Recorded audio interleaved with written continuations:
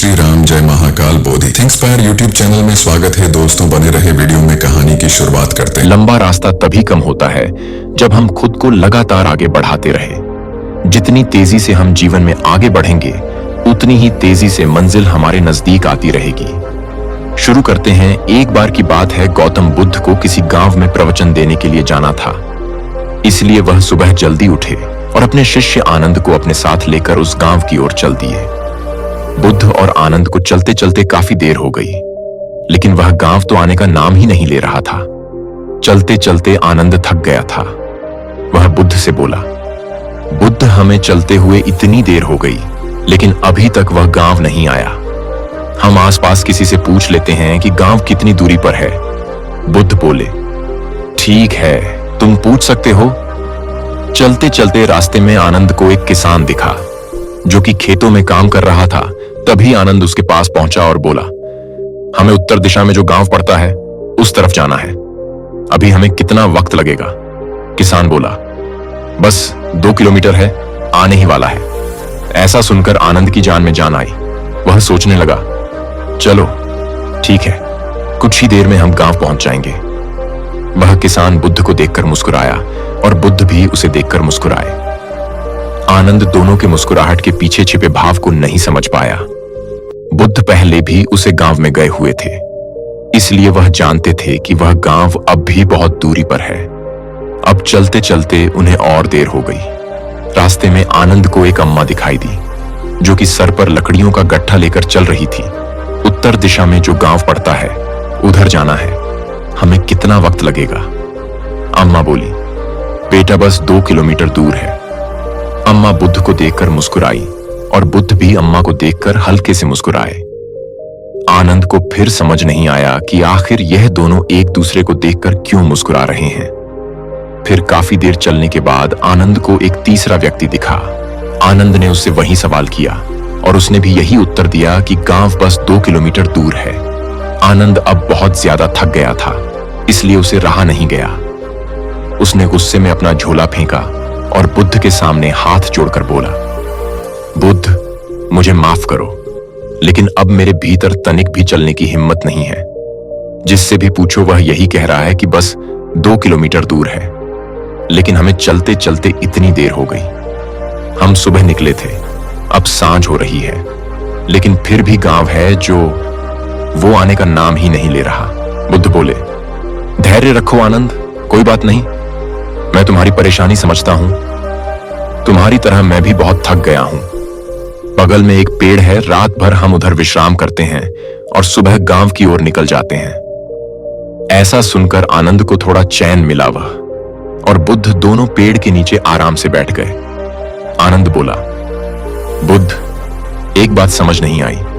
जिससे भी मैंने रास्ता पूछा सभी 2 किलोमीटर कह रहे थे। यदि सच में रास्ता 2 किलोमीटर की दूरी पर होता तो हम कब का पहुंच जाते?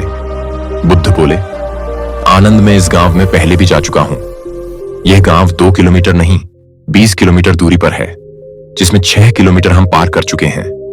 आनंद बोला, बुद्ध, यह गांव इतना दूर है तो आपने मुझे पहले ही क्यों नहीं बताया?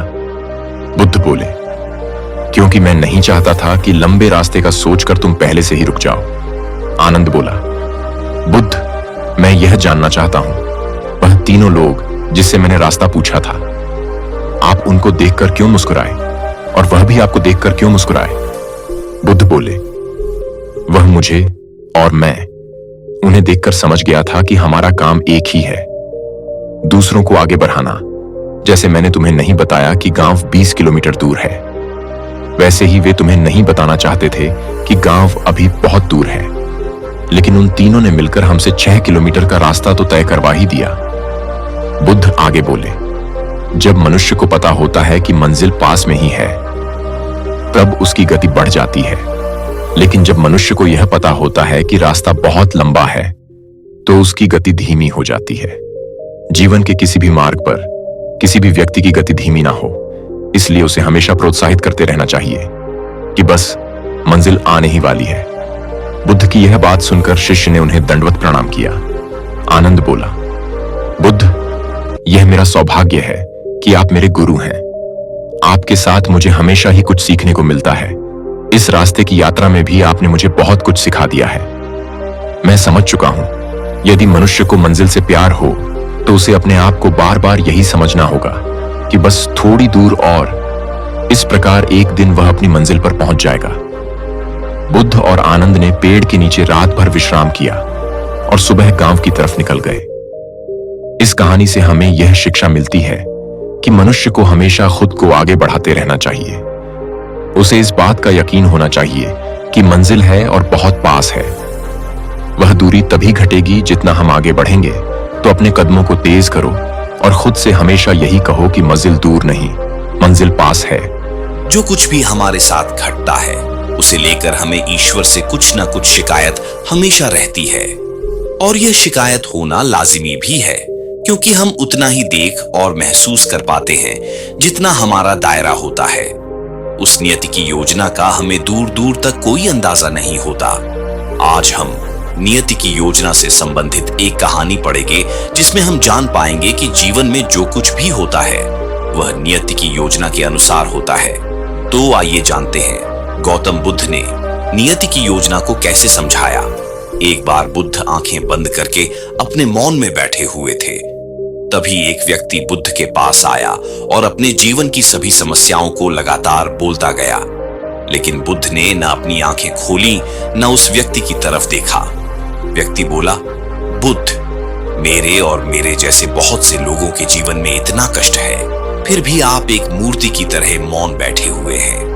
व्यक्ति के ऐसे शब्द सुनकर बुद्ध ने अपनी आंखें खोली और शांत भाव से उस व्यक्ति की तरफ देखने लगे। व्यक्ति बोला, बुद्ध, मुझे आपसे एक शिकायत है। बुद्ध बोले, कैसी शिकायत? व्यक्ति बोला, जो कोई भी आपके पास आता है आप हर किसी को उसकी समस्या का समाधान नहीं बताते। कई बार आप मौन रहते हो और चुप्पी साध लेते हो। ऐसा लगता है आप एक मूर्ति हो जिस पर हमारे दुख का कोई असर नहीं पड़ता। बुद्ध बोले, मैं तो सिर्फ लोगों को चेतन होने को कहता हूं, बाकी नियति की योजना के आगे तो किसी का वश नहीं चलता। व्यक्ति बोला, अगर सब कुछ नियत ही संभाल रही है फिर तो हमारे लिए जीवन में करने और कहने को कुछ बचता ही नहीं है। बुद्ध बोले, तुम सत्य कह रहे हो। नियति जीवन को खुद ही संभाल रही है, इसलिए पृथ्वी का संतुलन बना हुआ है। बुद्ध की बात सुनकर तो उस व्यक्ति का कष्ट और भी बढ़ गया। वह कहने लगा, बुद्ध, मुझे माफ करें, लेकिन मैं आपकी बात से सहमत नहीं हूं। मेरा यह मानना है कि यदि लोग आपको मानते हैं तो आपको हर किसी को उनकी समस्या का समाधान देना चाहिए। बुद्ध बोले, ठीक है, यदि तुम्हें ऐसा लगता है तो फिर तुम एक दिन मेरी तरह वस्त्र धारण करके मेरी जगह बैठो। व्यक्ति बोला, ठीक है, यदि मेरे पास कोई व्यक्ति आएगा तो मैं उसकी समस्या का समाधान अवश्य ही कर दूंगा। बुद्ध बोले, ठहरो, इतनी आतुरता अच्छी नहीं है। तुम्हें यहां पर मेरी तरह बनकर बैठना तो है, लेकिन तुम्हें एक मूर्ति की तरह बैठना है। जो भी तुम्हारे पास आए तुम बस उनकी बातें सुनना और मौन रहना। व्यक्ति बोला, यदि मुझे मौन ही रहना है तो मेरा आपका स्थान पर बैठने का क्या लाभ? बुद्ध बोले, बात लाभ या हानि की नहीं है, बात नियति की योजना को समझने की है। व्यक्ति ने बुद्ध की बातों को मान लिया और बुद्ध की जगह उनके स्थान पर बैठ गए। व्यक्ति बोला, यदि मुझे मौन ही रहना है तो मेरा आपका स्थान पर बैठने का क्या लाभ? बुद्ध बोले, बात लाभ या हानि की नहीं है, बात नियति की योजना को समझने की है। व्यक्ति ने बुद्ध की बातों को मान लिया और बुद्ध की जगह उनके स्थान पर बैठ गए। तभी एक व्यापारी उस व्यक्ति के पास आया। व्यापारी बोला, महात्मा, आपकी वेशभूषा तो बिल्कुल बुद्ध के समान है। आप भी मुझे बुद्धत्व का रूप ही लगते हैं। मैं आपका धन्यवाद करने आया हूं कि आप जैसे महात्माओं के मार्गदर्शन पाकर मैंने इतनी अपार संपदा अर्जित की है। मैं चाहता हूं मेरी सुख समृद्धि और खुशियां यूं ही बनी रहे। ऐसा कहकर वह व्यक्ति जाने ही लगा था कि अचानक उसकी जेब से कुछ धन गिर गया। व्यक्ति उस व्यापारी को बताना चाहता था, लेकिन उसे फिर याद आया कि बुद्ध ने उसे मौन रहने को कहा है। तभी थोड़ी देर बाद वहां पर एक गरीब व्यक्ति आया जो बहुत परेशान था। उसने इस व्यक्ति को प्रणाम किया और कहा, महात्मा, मुझ गरीब के पास खाने के लिए कुछ भी नहीं है, यदि आप मेरी कुछ मदद कर देते तो मैं और मेरा परिवार भोजन कर पाता। उस व्यक्ति ने हाथ जोड़कर जैसे ही अपना सिर नीचे की तरफ झुकाया, उसे व्यापारी का गिरा हुआ धन दिखाई दिया। उस धन को देखकर वह अत्यंत खुश हुआ। उसने महात्मा के आगे हाथ जोड़े और धन लेकर खुशी खुशी वहां से निकल गया। तभी कुछ देर बाद वहां पर एक नाविक आया। उसने भी उस व्यक्ति को महात्मा समझकर उन्हें प्रणाम किया और कहने लगा, महात्मा, मैं कुछ दिनों के लिए अपने परिवार के साथ एक नाव की यात्रा पर जा रहा हूं। मुझे आपसे आशीर्वाद चाहिए कि यात्रा मंगलमय हो। व्यक्ति ने मौन होकर ही उसकी तरफ देखकर सिर हिलाकर हां में जवाब दिया। अब थोड़ी देर और ही हुई थी कि व्यापारी वापस उसी जगह पर आ गया।